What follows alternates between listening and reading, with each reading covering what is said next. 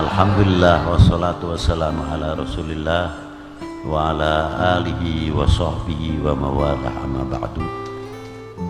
Telah berkata Kiai Mu'allif atau Kiai Musannif di dalam kitab Jami'ul Usulil Awliya, bab masalah takwa, at-taqwa dibagi 3 bagian. Tingkatan yang pertama, tingkatan takwanya orang awam. Kita kembali kepada al-ayat pertama. Bismillahirrahmanirrahim. Alif lam mim. Dzalikal kitabu la raiba fihi hudan lil muttaqin. Dalam kedudukan hudan lil muttaqin, untuk lil muttaqin itu dikembalikan kepada 3 bagian. Tingkatnya orang awam berbeda dengan tingkatnya orang-orang yang khusus, dan tingkatannya orang yang khusus tidak sama dengan tingkatnya orang-orang yang khawasil khawas. Tapi kalau ini kita terangkan terlalu tinggi, tapi kita ambil sari dan buahnya saja. At-taqwa bagi orang awam pasti akan yang pertama akan meningkatkan tingkatannya, makrifatnya, tauhidnya kepada Allah Subhanahu wa Ta'ala. Ini yang pokok. Jangan dikira 3 hal itu lalu berpisah-pisah sendiri-sendiri. 3 itu tetap menyambung. Takwanya orang awam, takwanya orang khawas, tetap bersambung. Tingkatnya orang-orang yang awam, kalau kita sendiri pribadi atau tingkatan orang awam, yang penting itu ibadah, mendapat pahala sebanyak mungkin. Itu tingkatan orang awam. Yang kedua, untuk ibadah kita selain untuk mengambil pahala yang sebanyak mungkin, di satu sisi untuk meningkatkan ketakwaannya yang luar biasa, akan menambah makrifatnya apabila amaliyahnya selalu diamalkan dengan baik. Itu tingkatan orang awam. Adapun tingkatnya orang-orang yang khawas itu berbeda lagi. Orang-orang yang khawas akan meninggalkan yang bentuknya seperti kita mengharapkan satu upah atau ganjaran. Ini berbeda. Tingkatannya orang awam pertama pasti nanti akan mencapai daerah yang dikatakan ibadahnya sudah tidak karena upah lagi, tapi bagaimana tambah makrifat, tambah dekatnya kepada yang memberikan jannah. Bagi orang-orang yang khawas, yang sudah tinggi lagi, dia selalu dengan gerakannya, perilakunya sudah turun ke perilakunya, tutur katanya, matanya, telinganya, gerak-geriknya. Untuk apa? Berkhidmah kepada Allah Subhanahu wa Ta'ala. Dan tingkat mahabbahnya melebihi kepada makhluknya. Ini orang-orang yang khawas dan orang yang sudah mencapai darajat tinggi.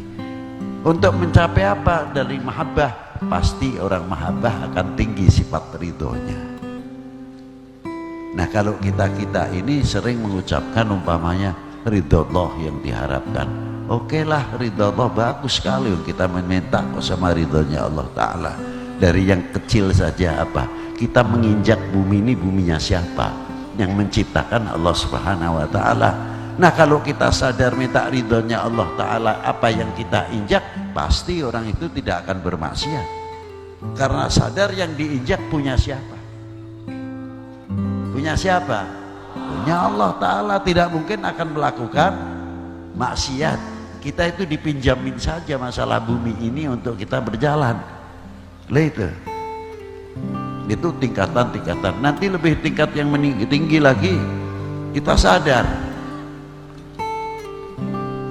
untuk mencapai ridhonya Allah Ta'ala, kita kembalikan kepada pribadi individunya masing-masing. Betul minta ridhonya Allah Ta'ala? Betul? Nah, kalau ibu bapak dikasih sakit gigi gimana?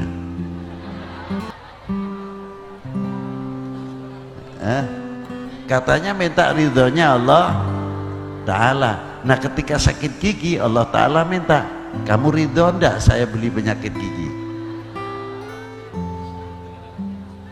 Memang gampang ucapan ridho Allah itu mudah sekali kok. Nah itulah. Tapi semua tertutup karena apa? Kalau mahabbah kepada Allah Ta'ala luar biasa. Yang isinya takwanya itu apa? Diganti dalam takwa itu mulai berkembang isinya husnudzon billah, prasangka yang baik kepada Allah Subhanahu wa Ta'ala. Tingkatan ini.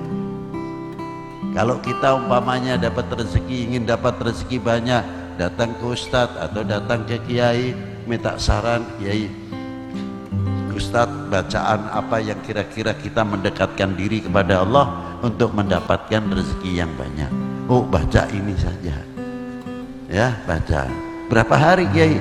Ya silahkan mau 1 minggu atau 40 hari.